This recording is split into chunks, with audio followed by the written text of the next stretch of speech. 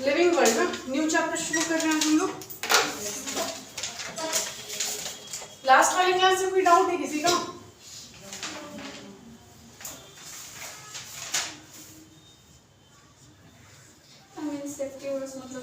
Insectivorous, insectivorous ऐसे plants होते हैं, उसका नाम ही है इंसेक्टिवोरस प्लांट, ठीक ना।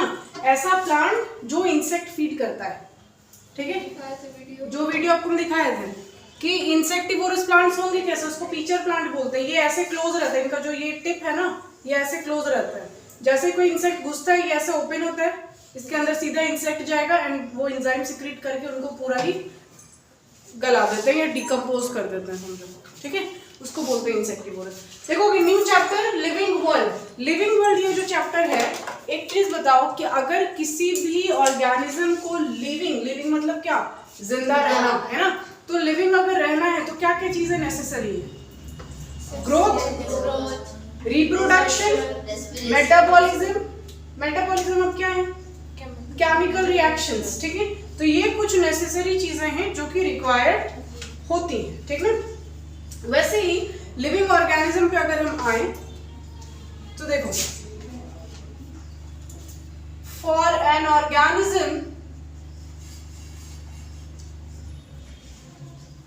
ऑर्गेनिज्म टू बी लिविंग रहने के लिए, for an organism to be living there are some features, there are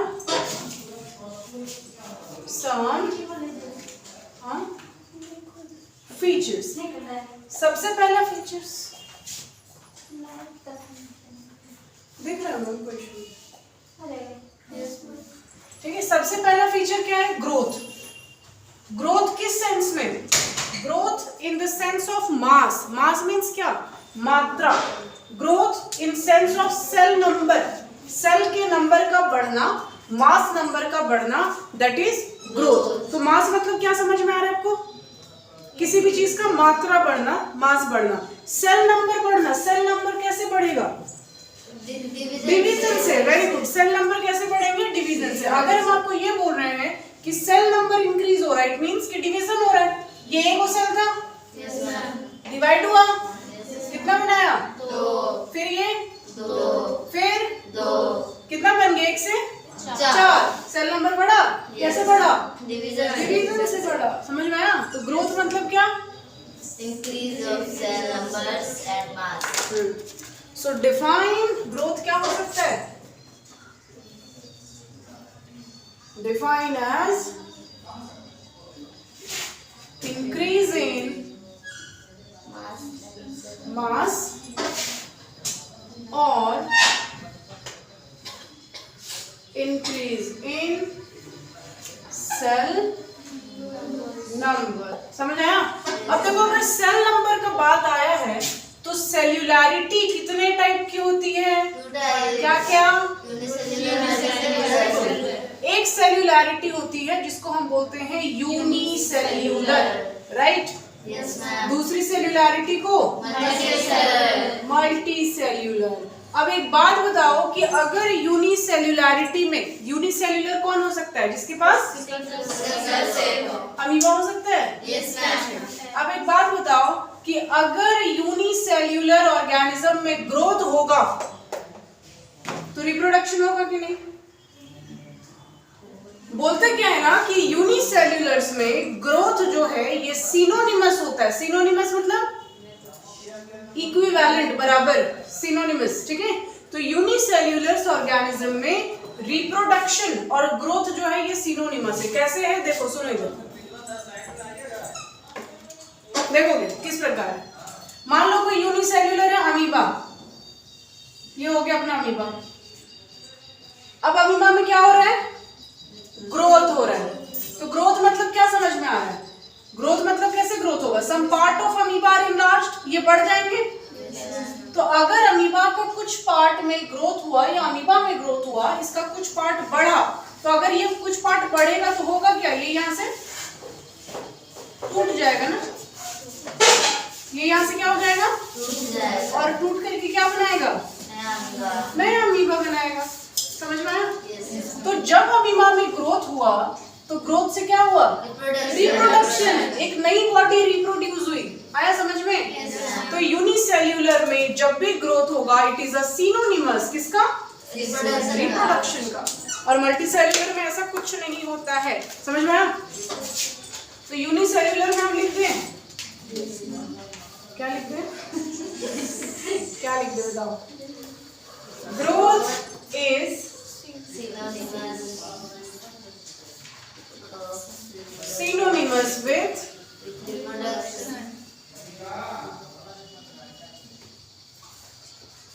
reproduction। Multi में क्या लिखते हैं? क्या लिखोगे? इसको आप लोग लिखो, बताओ।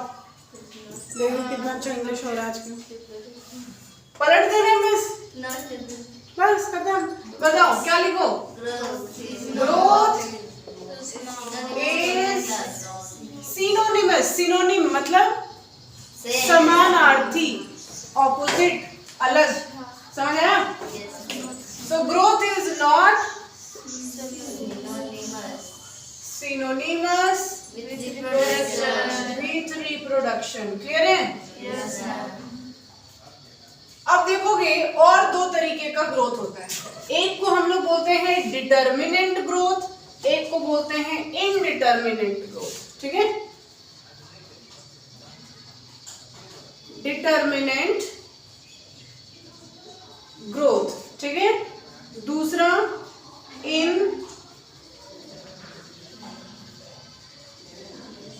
Determinant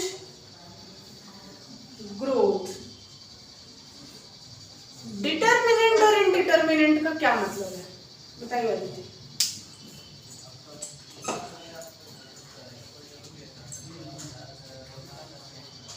You are very determined with your study।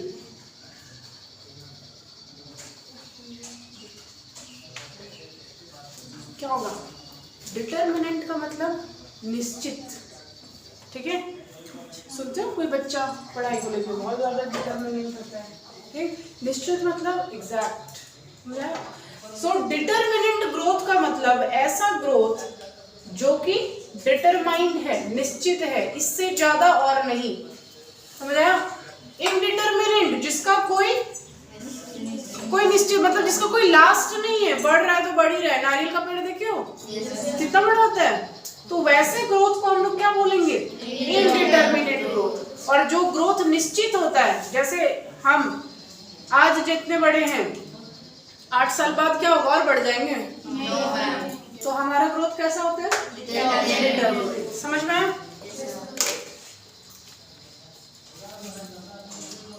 सो यहाँ पे period of growth is fixed.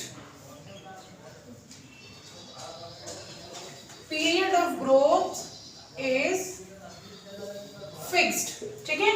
इनडिटरमिनेंट में पलटो इसको जल्दी।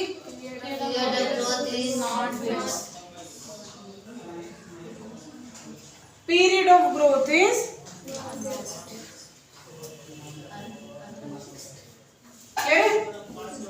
तो यही हो गया अपना डिटर्मिनेंट एंड इनडिटर्मिनेंट, यानी कि लिविंग वर्ल्ड में ग्रोथ कैसा होता है। ऐसा समझ में? ये अपना लिविंग हो गया। अब अगर हम बात करें नॉन लिविंग्स में कि नॉन लिविंग्स में ग्रोथ कैसा होगा, अगर हम नॉन लिविंग्स का बात करें कि नॉन लिविंग्स में ग्रोथ कैसे होता है, देखो वो तो लिविंग की कहानी थी ना।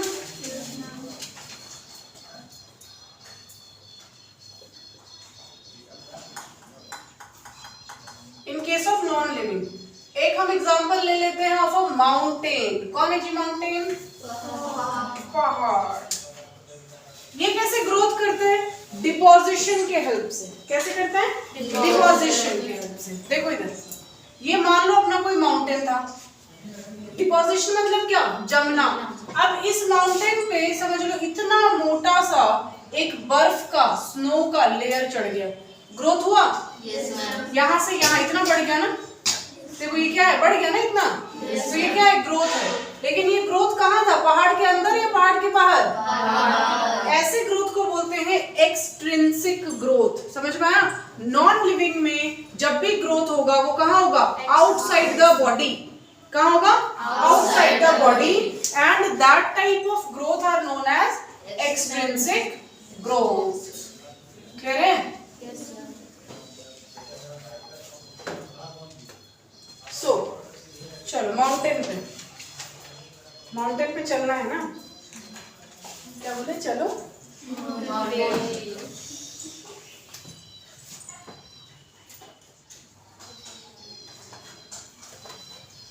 Deposition of snow,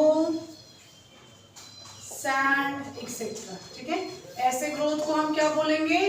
extrinsic growth. यानी कि ये ग्रोथ कहाँ होगा? Outside the body. सही है तक? चलो नेक्स्ट पे आते हैं, रिप्रोडक्शन, नंबर बी।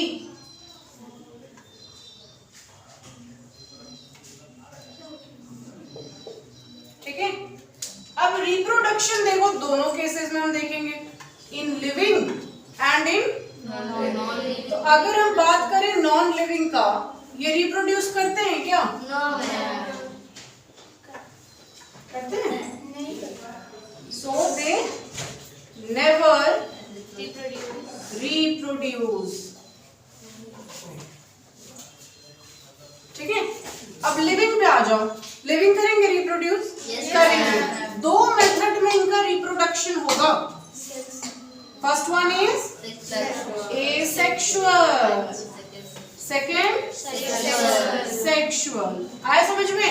अब देखो, सेक्सुअल और एसेक्सुअल, अगर ये दो मोड ऑफ रिप्रोडक्शन है, asexual mode of reproduction where gamete is formed और नॉट, गैमेट बन भी सकता है, नहीं भी बन सकता है, लेकिन in case of sexual reproduction there is 100% probability कि गैमेट बनेगा।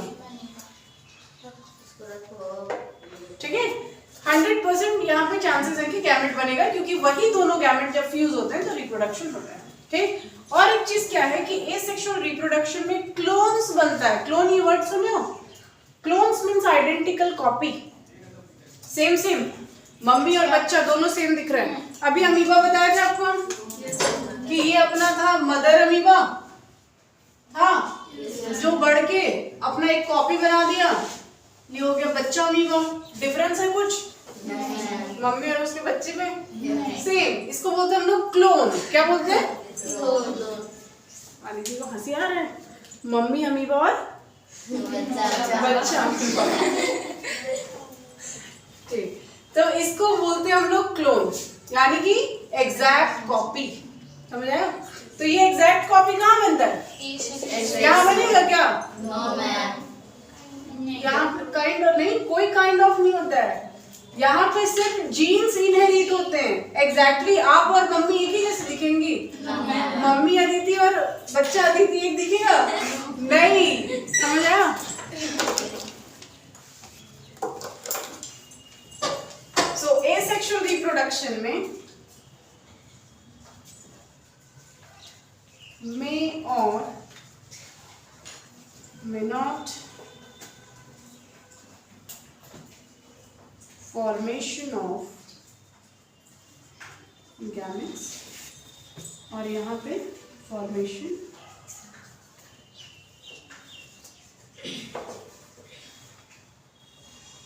of gametes। नेक्स्ट, यहाँ क्लोन्स बनते हैं, यानी कि mother and daughter cell are identical। ठीक है, सेक्सुअल में अगर आओ तो parents are not identical of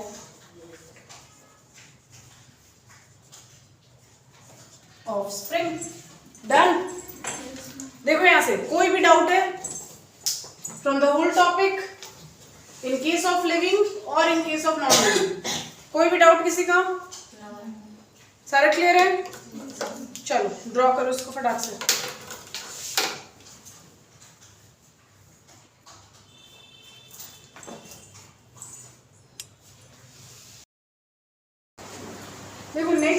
metabolism. ठीक, अगला क्या है? इसका मतलब क्या होता है? रिएक्शन।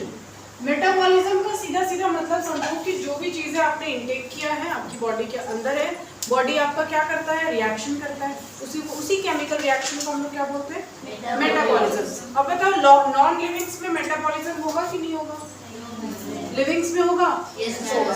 अब लिविंग्स में भी अगर मेटाबॉलिज्म होगा तो दो फॉर्मेट में होता है। ठीक है, एक को हम लोग बोलते हैं एनाबॉलिज्म, एक को बोलते हैं कैटाबॉलिज्म। केमिस्ट्री में पढ़ रहे होंगे अभी anabolic reaction and catabolic reaction. अभी नहीं है? आएगा बहुत जल्द। ठीक है, बायो और chemistry are by default connected with each other. ठीक है, और बस यही रीजन है कि जिन बच्चे का बायो अच्छा होता है उसका केमिस्ट्री भी अच्छा होता है, जिसका केमिस्ट्री ठीक होता है उसका बायो ठीक होता है। समझ आए? जिसका मैथ ठीक होता है उसका फिजिक्स ठीक होता है। समझ आए? देखो मेटाबॉलिज्म,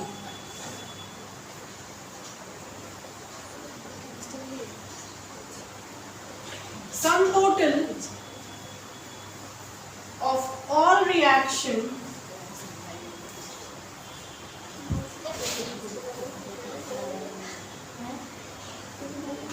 बाद में occurring in the body are called metabolism. Clear है? अब मेटाबॉलिज्म को अगर हम देखें in the two cases, first in non living और दूसरा लिविंग। तो नॉन लिविंग में दे नेवर शो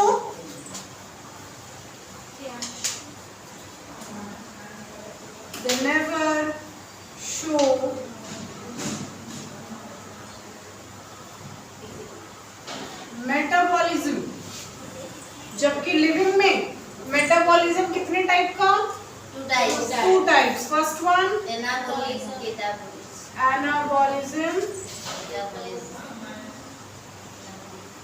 और कैटाबॉलिज्म, है ना? एनाबॉलिज्म का मतलब फॉर्मेशन ऑफ समथिंग, चीजें बनेंगी वहां पे। ठीक है, और कैटा में टूटेगी, ब्रेक डाउन।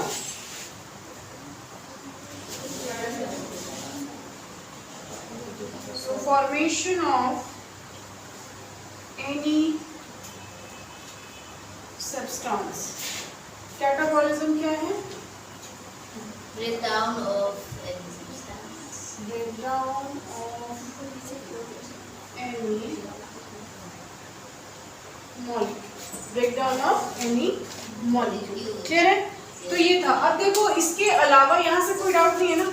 यहाँ तक क्लियर है? ये हम आपको बता रहे थे कि किसी भी ऑर्गेनिज्म को लिविंग रहने के लिए क्या नेसेसरी है। हमने देखा ग्रोथ, हमने देखा रिप्रोडक्शन और क्या देखा? मेटाबॉलिज्म। इसके बियॉन्ड अगर चलोगे तो क्या बताया जाता है ना कि 17 से 18 लाख लिविंग स्पीशीज जो हैं ये अपने एटमॉस्फेयर में थे। ठीक ना? अब ये 17-18 लिविंग स्पीशीज को पहचानोगे कैसे? किसने बताया? जब से आप बड़े हो रहे हो यही सुन रहे हो कि ये पेड़ है, ये एनिमल है, ये बैक्टीरिया है, यही है ना? कौन बताया जिसको पेड़ कौन बोला? एनिमल को कौन बताया ये एनिमल ही है या बैक्टीरिया ही है? क्या बोल रहे, समझ आया? तो 17 से 18 लाख लिविंग स्पीशीज जो हैं ये अपने इर्द गिर्द थे। तो हमको पता कैसे चलेगा कि ये जो 17-18 लिविंग स्पीशीज हैं सब तो एक जैसे नहीं दिख रहे थे? उसमें कुछ पेड़ था, कुछ एनिमल था, कुछ बैक्टीरिया था, है ना? तो इसको करने के लिए हम लोग क्या कर रहे थे? सबसे पहले तो वो जो झुंड है 17-18 लिविंग लोगों का, आपको पहले तो पहचानना पड़ेगा। समझ आया? तो फर्स्ट स्टेप हम क्या करेंगे? आइडेंटिफिकेशन। फर्स्ट स्टेप क्या करेंगे? आइडेंटिफिकेशन। तो हम पहले तो पहचानेंगे कि ये लोग हैं कौन, और जब पहचान गए तो उनका नाम रखेंगे, नॉमेनक्लेचर। क्या नाम रखेंगे? इसका नाम पेड़ रहेगा, इसका नाम एनिमल रहेगा, ये बैक्टीरिया रहेगा, ये नाम रखा गया। समझ में आया? तो पहले हमने पहचाना आइडेंटिफिकेशन, फिर हमने उसका नाम रख दिया नॉमेनक्लेचर, और फिर हमने उसको क्लास में डिवाइड कर दिया, क्लासिफिकेशन। जैसे पेड़ को क्लास में डिवाइड किए ना, अभी हम लोग पढ़ के आए प्लांट किंगडम से। क्या क्या पढ़े हो? थैलोफाइटा, ब्रायोफाइटा, टेट्राफाइटा, ये है ना जिम्नोस्पर्म। तो ये प्लांट्स का क्लासिफिकेशन था। एनिमल्स को भी वैसे क्लासिफाई किया गया है 11 फाइलम में, बैक्टीरिया को किया गया है किया गया? तो ये 3 स्टेप है, ठीक, कि 17-18 लाख जो भी लिविंग स्पीशीज हैं पहले हमने उनको आइडेंटिफाई किया, सो आइडेंटिफिकेशन। दूसरा हमने उनका नाम रखा, नॉमेनक्लेचर। तीसरा हमने उनको क्लासिफाई किया, दैट इज क्लासिफिकेशन। समझ आया? ठीक है। सो आज हम लोग यहीं तक करेंगे, ठीक ना? और जो ये तीनों स्टेप जो मैंने अभी आपको बताया ना, आइडेंटिफिकेशन, नॉमेनक्लेचर एंड क्लासिफिकेशन, इसको कल के लेक्चर में देखा जाएगा, ठीक? देखो अभी हम आपको क्या बताया कि in our atmosphere there is almost 17 to 18 lakhs